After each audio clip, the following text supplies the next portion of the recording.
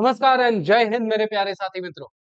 आज हम एक बहुत ही इंपॉर्टेंट साम्राज्य के बारे में बात करेंगे जो कि भारत के इतिहास के अंदर इतना महत्वपूर्ण है कि उसने भारत के इतिहास के अंदर एक ऐसे साम्राज्य, एक ऐसे हिंदू साम्राज्य की बात करी प्राचीन भारत में जिसने दक्कन इंडिया के अंदर कुछ इतने ज्यादा बदलाव कर दिए कि आज के भी समय में हम उनकी गुणगान करते हैं। तो साथियों, आज हम बात करने वाले हैं दी सतवाहना डायनेस्टी के बारे में। अभी तक मेरे प्यारे साथी मित्रों, हमने भारत के इतिहास को लेके बहुत सारी बातों के बारे में हमने जानकारी हासिल करी और आज हम उसी में से एक बहुत इंपॉर्टेंट डायनेस्टी के बारे में बात करेंगे। लेकिन वो जानने से पहले, एज मैं आपको हमेशा से ही बताता हूँ कि हम बहुत ही इंफॉर्मेटिव कंटेंट आपको देने का प्रयास करते हैं जिसमें या जिसकी मदद से आपका परीक्षा बहुत ज्यादा आसानी से क्लियर हो सकता है। तो उसके लिए आप हमारे इंस्टाग्राम पेज को भी फॉलो कर सकते हैं। नाउ, अभी तक साथियों हमने क्या बात करी है कि हमने ये चीज देखा ऑन दी मौर्यन डायनेस्टी। हमने मौर्यंस के बारे में देखा कि भाई ये जो मौर्यन डायनेस्टी था वो 321 से लेके 185 बीसी में था। देन उसके बाद मैंने आपको बताया था कि भाई पोस्ट मौर्यन टाइम पीरियड चला। अब ये पोस्ट मौर्यन टाइम पीरियड में मैंने आपको बताया था कि अलग अलग डायनेस्टीज यहाँ पे बन के आए। अब वो अलग अलग डायनेस्टीज में मैंने आपको ये भी चीज बताया था कि अगर मैं उन डायनेस्टीज के बारे में इस तरीके से आपको बताऊं, अगर मैं डिवाइड करूं उन डायनेस्टीज को, तो उसको पोस्ट मॉडर्न टाइम पीरियड में हम डिवाइड कर सकते हैं इन द फॉरेन डायनेस्टीज जो भारत के अंदर बनी, मतलब फॉरेन ओरिजिन के डायनेस्टीज, और दूसरे हैं जो इंडियन ओरिजिन के ही डायनेस्टीज थे वो। अब फॉरेन ओरिजिन के डायनेस्टीज में कौन से डायनेस्टीज पहले आके बन के आए? That is going to be the Indo Greeks. ये इंडो ग्रीक्स जो थे ये विदेश से आए थे। जब मौर्यंस का पावर यहाँ पे पतन हुआ उसका, तो यहाँ पर इंडो ग्रीक्स ने सोचा कि यार मौर्यंस तो इतने पावरफुल डायनेस्टी जो थी वो तो खत्म हो गई। अब जब खत्म हो गई है तो वहां पर कोई पावरफुल डायनेस्टी है ही नहीं, तो बेटर है हम ही जाके वहां पे रूल करते हैं ना। ऐसा इन लोगों ने सोचा और इंडो ग्रीक्स आ गए। फिर इंडो ग्रीक्स को देखा देखी और डायनेस्टीज भारत के अंदर आने को उन्होंने शुरू किया। दैट इज, इंडो ग्रीक्स के बाद एक और फॉरेन ट्राइब था जो भारत के अंदर आया जिसको अपने कहते हैं द शाकास। आपने बहुत अलग अलग नाम सुने रहेंगे, जैसे कि आपने एक नाम सुना रहेगा that is the king Vikramaditya.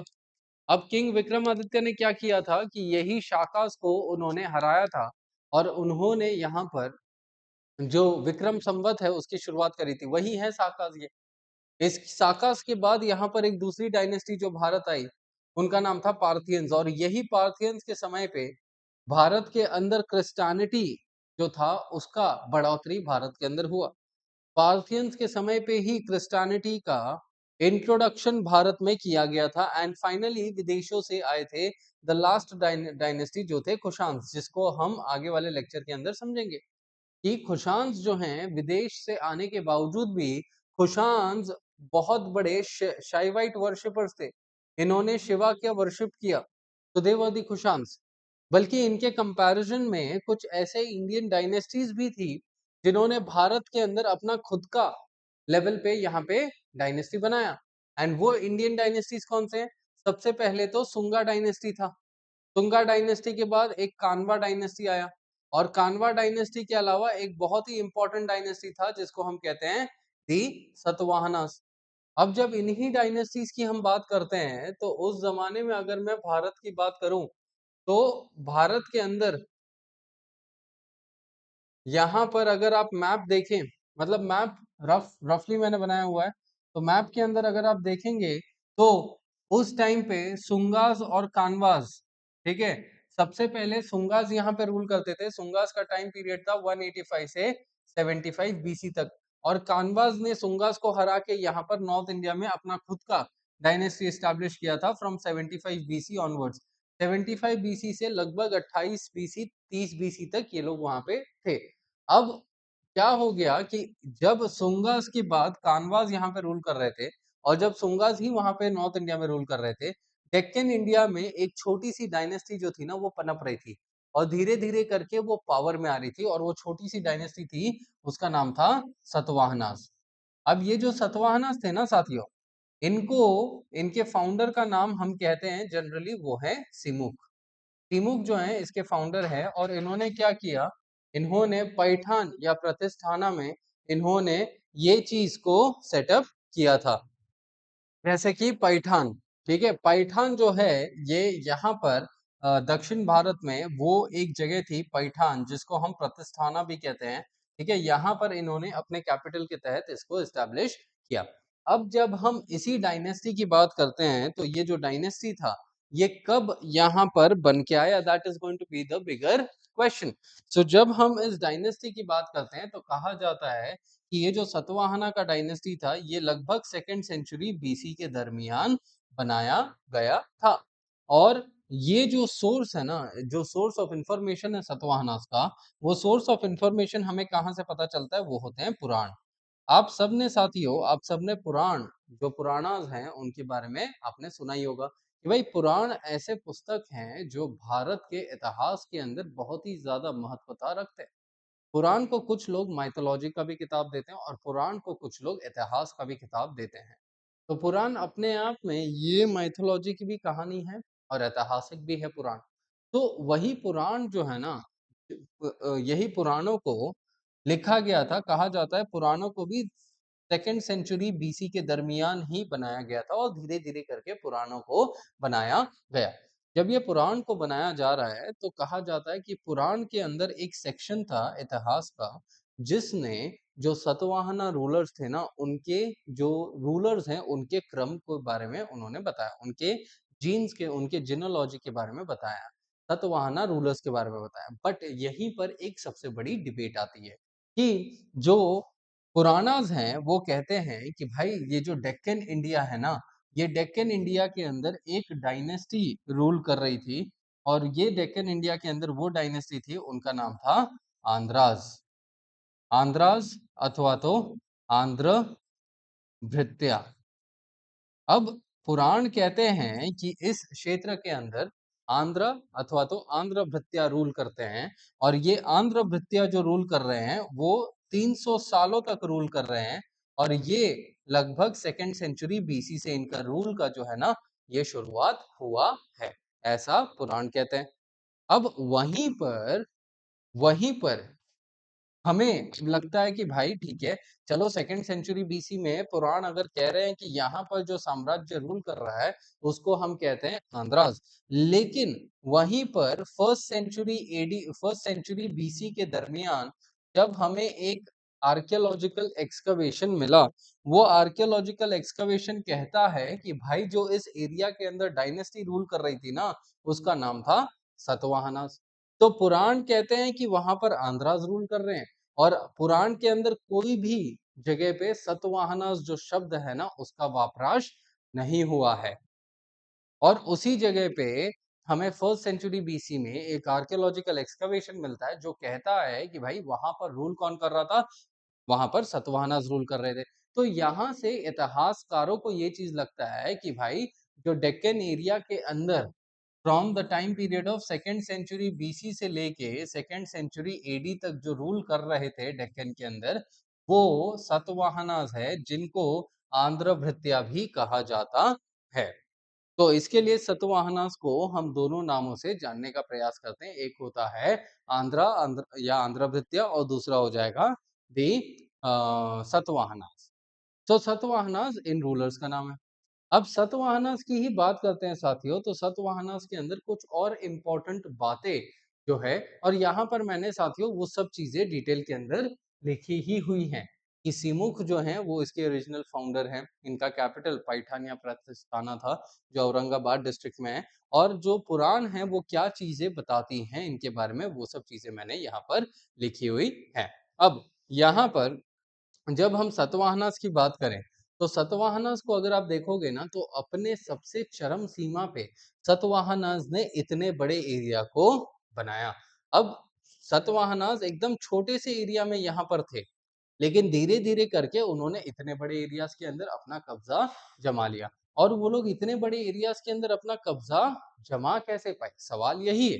तो वहां पर एक सबसे इम्पोर्टेंट व्यक्ति जो हैं, जो सतवाहना डायनेस्टी के नाम को और ज्यादा ऊपर लेके जाते हैं, वो पिक्चर में आते हैं और उनका नाम होता है गौतमी पुत्र सतकर्णी।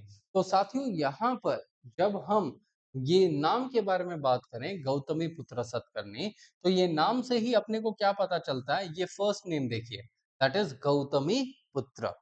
गौतमी का पुत्र मतलब आज तक आपने क्या देखा है कि समाज के अंदर जो भी बच्चे होते हैं वो अपने मेडन नेम में या वो अपने नाम में अपने पिता का नाम जोड़ते हैं।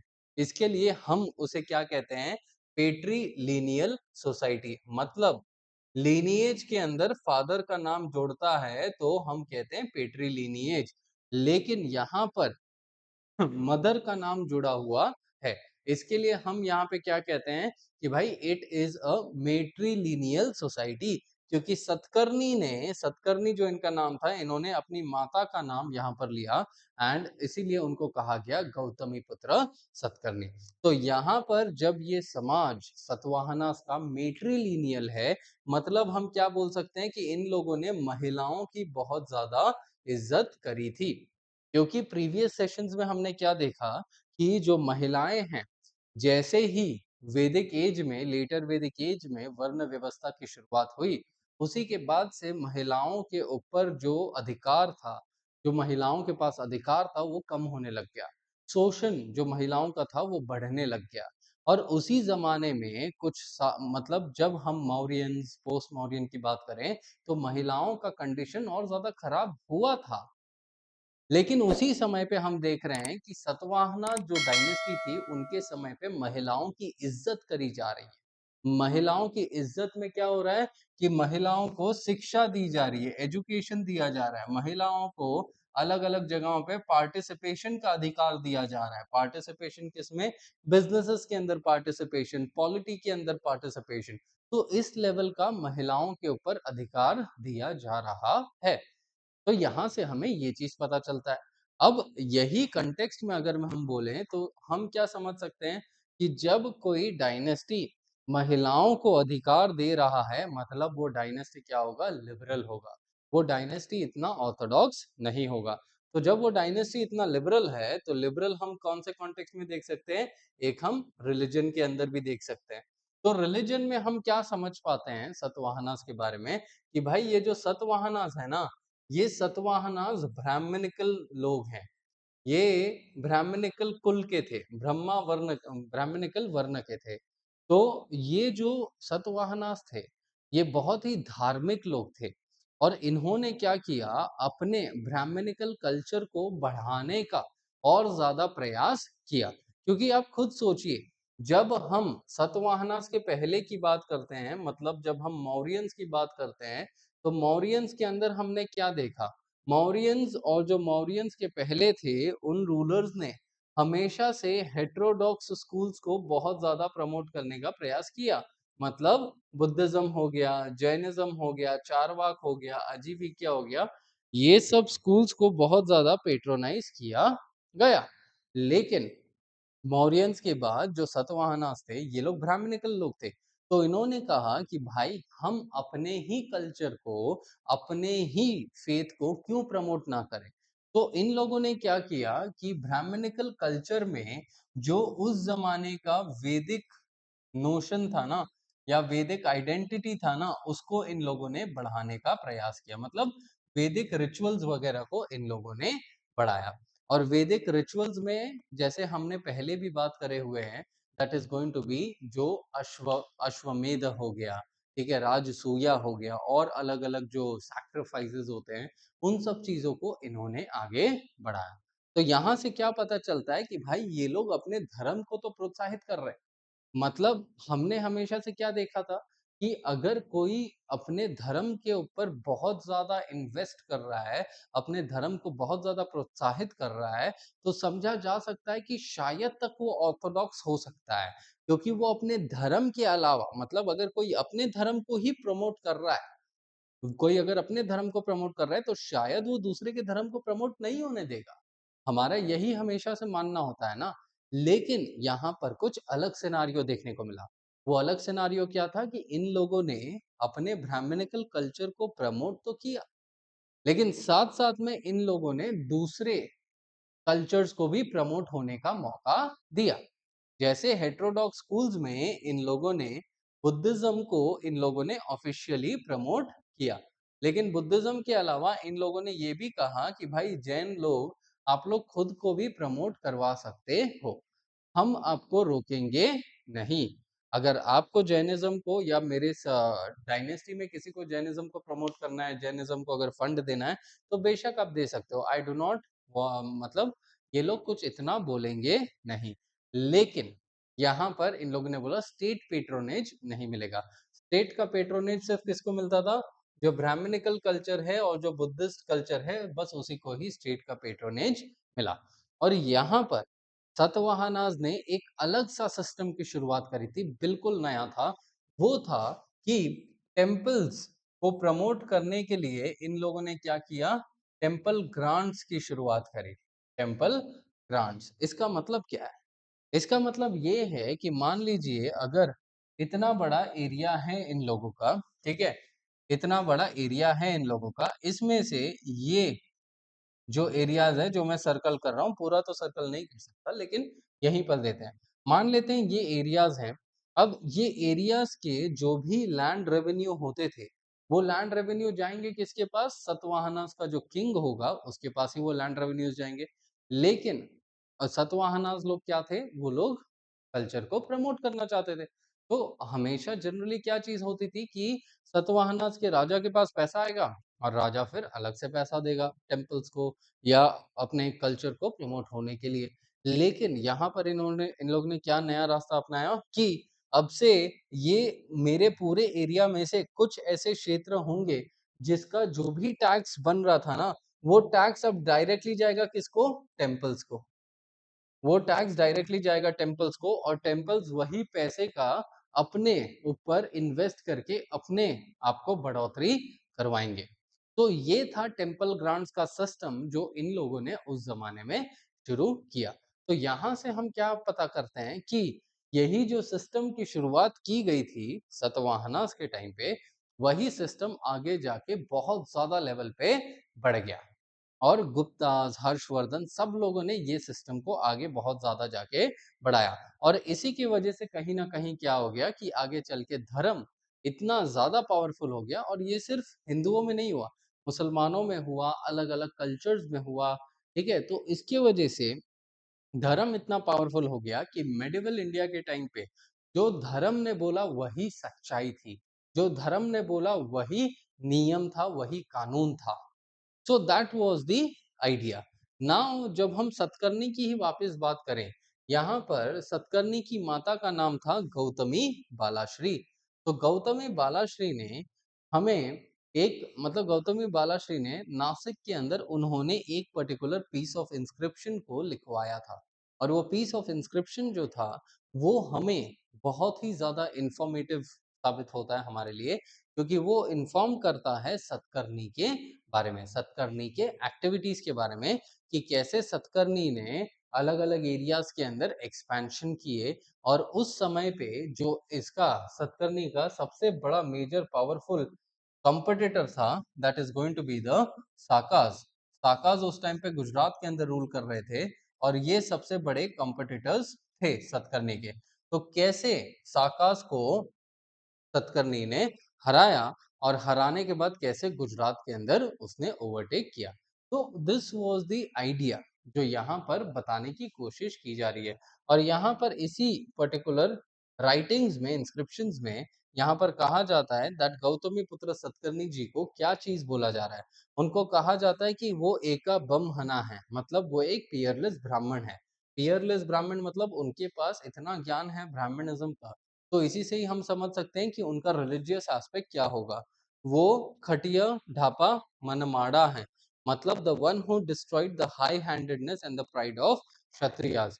मतलब जो ब्राह्मण हैं उनका वापस से यहाँ पर वजूद, वर्चस्व को ऊपर लाया गया। एंड ये सब चीजें नासिक प्रशस्ति के अंदर लिखी गई हैं कि उनके एक्सपेंशन कैसे किए गए। That is, he is known as the destroyer of Shakas. Pahlavas को भी डिस्ट्रॉय किया, यवनर्स एंड शहत्रकाज को भी इन्होंने अप्रूव किया, इन्होंने निकाला। और यही चीज हम यहाँ पे बात कर रहे हैं कि देखो कितना बड़ा इन्होंने एरिया एस्टेब्लिश किया था। एक छोटे से एरिया से इतना बड़ा एरिया एस्टेब्लिश किया गया। अब यही कंटेक्स्ट में यहाँ पर जब इन्होंने इतना बड़ा एरिया एस्टैब्लिश किया है, तो ज़ाहिर-सी बात है इस एरिया के अंदर ये उस लेवल का एडमिनिस्ट्रेटिव सेटअप भी करेंगे। तो यहाँ पर एकदम डिटेल्ड लेवल में इन्होंने एडमिनिस्ट्रेटिव सेटअप किया था, डिसेंट्रलाइज्ड फॉर्म ऑफ गवर्नेंस रखा था और यहाँ पर साथियों ये चीज़ याद रखना कि प्राचीन भारत में बहुत कम जगहों पर हम डेमोक्रेटिक एलिमेंट्स देखते हैं। वहाँ पर मुख्य रूप से क्या चीज़ें देखी जाएगी? मोनार्की।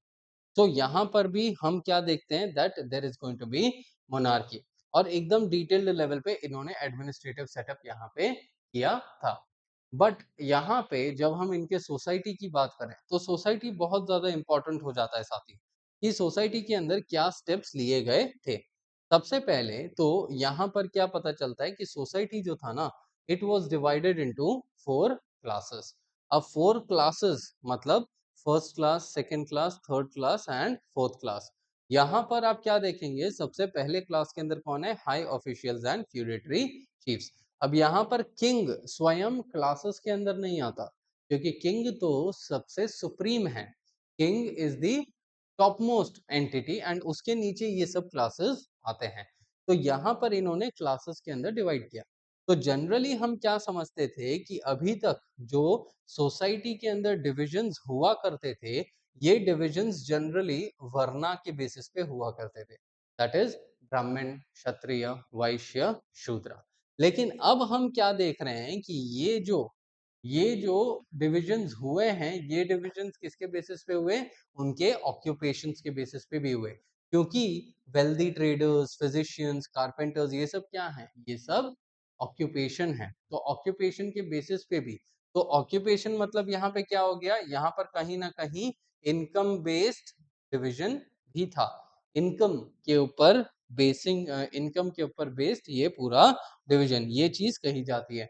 इसके अलावा इनके बारे में हमने महिलाओं की बात करी सतवाहनास के जो रिलीजियस एस्पेक्ट के बारे में हमने उसके बारे में भी बात किया। और यहाँ पर जाहिर सी बात है जब ये इतना बड़ा एक्सपेंशन कर रहे हैं, इतना बड़ा इन्होंने एरिया बना लिया है, जैसे आप यहीं पे देख लीजिए कि जब वो इतना बड़ा एरिया बना रहे हैं तो जाहिर सी बात है इतने बड़े एरिया के अंदर सबसे पहले तो बढ़ाने के लिए इनको वॉर्स लड़ने पड़े थे। वॉर्स लड़ने के लिए जाहिर सी बात है पैसा चाहिए ना। अब पैसा हवे आसमान से तो गिरेगा नहीं। तो पैसे के लिए इन्होंने क्या किया? इन्होंने उतना इकोनॉमी को स्ट्रॉन्ग किया ताकि वहां से वो टैक्स कलेक्ट कर सकें और वही टैक्सेस के पैसे की मदद से ये अपने वॉर के इनिशिएटिव्स को फंड कर सकें और एक्सपांड कर सकें। तो वहीं से पता चलता है कि इनका इकोनॉमिक सेटअप बहुत ज्यादा अच्छा हुआ रहेगा। और यही इकोनॉमिक सेटअप की जब हम बात करते हैं तो ये इकोनॉमिक सेटअप में हम क्या देखते हैं कि जो कॉइनेज सिस्टम हो गया, ट्रेड सिस्टम हो गया, टैक्सेस सिस्टम हो गया, सिटीज हो गए, इंफ्रास्ट्रक्चर हो गया, ये सब चीजों के ऊपर काम किया गया होगा तभी जाके इनका इकोनॉमी इतने बड़े क्षेत्र के अंदर इतना अच्छा बना था। और क्योंकि इकोनॉमी इनका अच्छा था इसके वजह से इनके पास इतना पैसा था कि वो लोग आगे बढ़ के काम कर सके। और रिलीजियस एस्पेक्ट पे मैंने वही चीज आपको समझाया।